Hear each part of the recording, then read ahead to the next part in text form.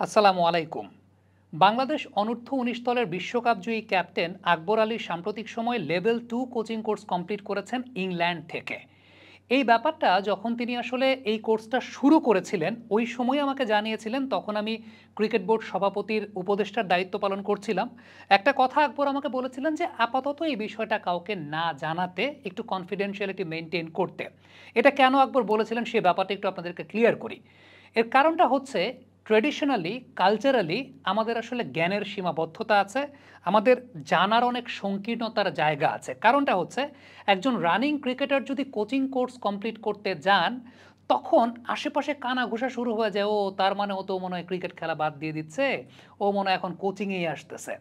অনেক কোচেরা আবার একটু ইনফেরিয়রিটি কমপ্লেক্সে ভোগা শুরু করেন। অনেক কোচেরা আছেন যারা ওই ক্রিকেটারটাকে একটু নিজের কম্পিটিটর, প্রতিদ্বন্দ্বী ভাবা শুরু করেন। কারণ আমাদের দেশের কালচারে একজন running cricketer coaching course complete করছেন, এই বিষয়টা আসলে আমাদের দেশের কালচারে নাই, যে কারণে ক্রিকেটাররা আসলে এই বিষয়টা গোপন রাখতে চান। আরও একজনের নাম বলি, ইমরুল কায়েস। ইমরুল কায়েস কিন্তু রানিং ক্রিকেটার থাকা অবস্থাতে তিনি এনসিএল থেকে রিটায়ারমেন্টে যাওয়ার আগেই তিনি কিন্তু লেভেল 2 কোচিং কোর্স করতে গিয়েছিলেন ইংল্যান্ডে। বাট প্লেয়াররা এই ব্যাপারগুলো শেয়ার করতে চান না, কারণ আমাদের এখানকার মানুষের মেন্টালিটির জায়গা, কারণ আমাদের ওই এডুকেশনাল জায়গাটাই নেই, আমরা বুঝতেই পারি না যে এটাও করা যায়। কিন্তু আপনি জেনে অবাক হবেন যে অস্ট্রেলিয়া বলি, ইংল্যান্ড বলি, এই সমস্ত দেশের অনেক রানিং ক্রিকেটাররা আছেন, অনেক ইন্টারন্যাশনাল ক্রিকেটাররা আছেন যারা আসলে এই সমস্ত লেভেল কোচিং কমপ্লিট করেন। ইভেন অস্ট্রেলিয়াতে সেটা অনেকাংশে বাধ্যতামূলক for the first class cricketers যে এই লেভেল কোচিং বা ফাউন্ডেশন কোচিং কোর্সগুলো তারা যাতে অন্তত করেন। অ্যাডভান্সড বা হাই পারফরমেন্স কোচিংটা হয়তো বা অনেকে করেন না, কিন্তু একদম যেটা আপনার প্রিলিমিনারি কোচিং বেসিকের জায়গা যেটা বলা হয়, অর্থাৎ যেটাকে আমরা ফাউন্ডেশন কোচিং কোর্স বলি, সেগুলো কিন্তু অস্ট্রেলিয়া কিংবা ইংল্যান্ডে এটা অনেকাংশে করা বাধ্যতামূলকই হয়ে যায় ক্রিকেটারদের জন্য। সো এই জায়গাটা আসলে অস্ট্রেলিয়া বা ইংল্যান্ডের ক্রিকেটাররা কেন ওইভাবে চিন্তা করেন, তার আগে আকবর আলীকে একটা ধন্যবাদ জানাতে চাই যে তিনি ওইভাবে চিন্তা করেছেন। সেই ধন্যবাদটা আমি তাকে আগেই জানিয়েছিলাম ব্যক্তিগতভাবে, কিন্তু আজকে ফর্মালি সবার সামনে ধন্যবাদ জানাতে চাই যে তিনি ওইভাবে চিন্তা করেন। এটার পেছনে অন্যতম বড় কারণটা হচ্ছে যে ক্রিকেটাররা, রানিং ক্রিকেটাররা যখন কোচিং কোর্সগুলো করেন, তখন ক্রিকেটটাকে তারা একটু ভিন্নভাবে দেখার সৌভাগ্য তাদের হয়। অর্থাৎ আপনি তো নর্মালি খেলছেন, আপনার ভুলগুলো নিয়ে কোচ কাজ করছে, কিন্তু আপনি নিজেই যখন কোচিং বেসিক জানবেন, তখন আপনার ক্রিকেট খেলার দৃষ্টিভঙ্গিটা বা ক্রিকেট দেখার দৃষ্টিভঙ্গিটা বা সেটাকে ফিল করার দৃষ্টিভঙ্গিটা অনেক পরিবর্তিত হবে। আপনি সে সময়টায় ফিজিওলজি সম্পর্কে জানবেন, আপনি বায়োমেকানিক্স সম্পর্কে জানবেন। আপনি যখন ফিজিওলজি এবং বায়োমেকানিক্স সম্পর্কে জানবেন, আপনি আপনার নিজের শরীরটা সম্পর্কে জানবেন। আপনি নিজেই তখন ফাইন্ড আউট করতে পারবেন আপনার শরীরের উপর বেস করে কোন ধরনের ব্যাটিং স্টান্সটা আপনার জন্য পারফেক্ট, বা কোন ধরনের ব্যাটিং স্টান্সটা আপনার জন্য বেটার, বা আপনার বডি বায়োমেকানিক্স অনুযায়ী কোন ধরনের ব্যাটিং স্টান্সটা সুইটেবল। দেন আপনি সাইকোলজি সম্পর্কে জানবেন, একটা প্লেয়ারের সাইকোলজি কেমন। আপনি যখন কোচিং কোর্সে প্লেয়ারদের সাইকোলজি নিয়ে কাজ করা, তখন আপনি আপনার নিজের সাইকোলজি নিয়েও এভালুয়েট করতে পারবেন যে আচ্ছা, আমি যখন খারাপ ফর্মে আছি, ওই সময়টায় আমার ব্যাটিংয়ের অ্যাপ্রোচটা আসলে কেন এরকম একটু অন্যরকম হয়ে যাচ্ছে। নিজে সেইখান থেকে বেরিয়ে আসার জন্য নিজেকে মোটিভেট করতে পারবেন। সো আলটিমেটলি একটা কথা, ক্রিকেট বায়োমেকানিক্সের একটা কথা কিন্তু আছে, don't listen to anybody rather than listen to your body. So এই যে লিসেন টু ইউর বডি যে কথাটা আমরা বলছি, এটা তখনই আসে যখন সত্যিকারের অর্থে একজন প্লেয়ার নিজের শরীরটার সম্পর্কে বা নিজের বায়োমেকানিক্স সম্পর্কে জানবে কিভাবে, যখন সে স্টাডি করবে, এবং এই স্টাডিটা ওই কোচিং কোর্সগুলোতেই করা হয়।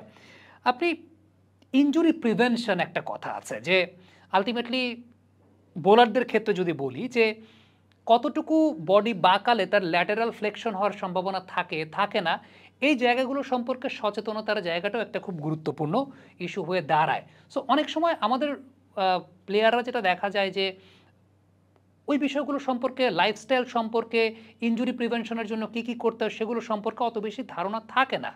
এখন যখন তাদের এই কোচিং কোর্সগুলো করানো হবে বা কোচিং কোর্সগুলো করানো হয়, তখন কিন্তু আলটিমেটলি সেই জায়গাগুলো তৈরি হয়ে যায়। এবং সম্মানিত প্রেসিডেন্ট, আমি যখন প্রেসিডেন্টের উপদেষ্টা হিসেবে দায়িত্ব পালন করছিলাম, একটা কথা বলেছেন যে আমাদের ন্যাশনাল টিমের সার্কেলে যে ৩০-৩৫ জন প্লেয়ার আছে সবাইকেই advanced high performance coaching course তিনি করাবেন। এটা তার একটা স্বপ্নের জায়গা বা তার ইচ্ছার জায়গা, যাতে ওই প্লেয়ারটা নিজের আপগ্রেডেশনের জায়গাটা নিজে করতে পারে।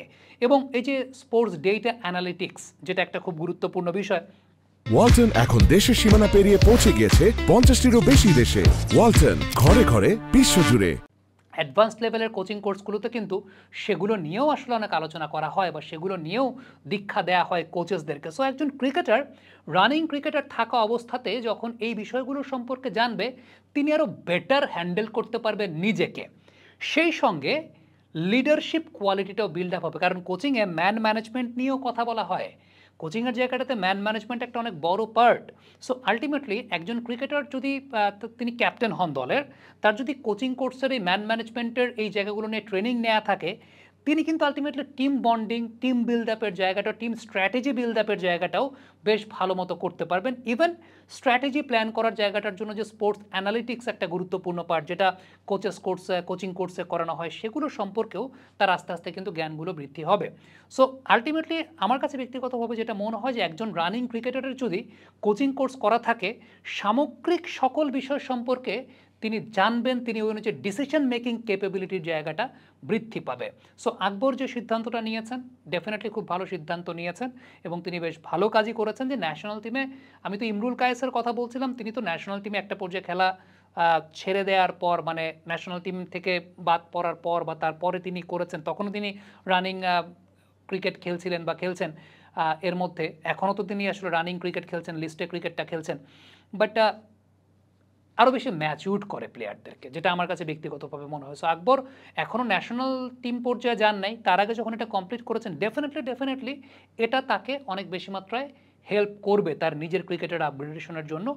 এবং সেই সঙ্গে ফিউচার ক্যারিয়ারের একটা ব্যাপার তো আছে, আমরা অবশ্যই সেই জায়গাটাও, ইভেন আকবর যখন রংপুরে যাবেন, আমি খুব যে জিনিসটা বিশ্বাস করি যে ছড়িয়ে দেওয়া সবার মধ্যে, আমার ভেতর যে জ্ঞানটা আছে, আকবর যখন রংপুরে যাবেন, আকবর যখন বগুড়াতে যাবেন, তখন কিন্তু ওইখানকার স্থানীয় যে আন্ডার 14, আন্ডার 16, আন্ডার 18 প্লেয়াররা আছে, তারা আকবরের কাছ থেকে আরও বেটার কিছু জানতে পারবে। ইভেন আকবর প্রিমিয়ার লিগে যে টিমে খেলবেন, আকবর ন্যাশনাল লিগে যে টিমে খেলবেন, সেই টিমের তার সতীর্থরা তার কাছ থেকে আরও বেটার কিছু জানতে পারবে।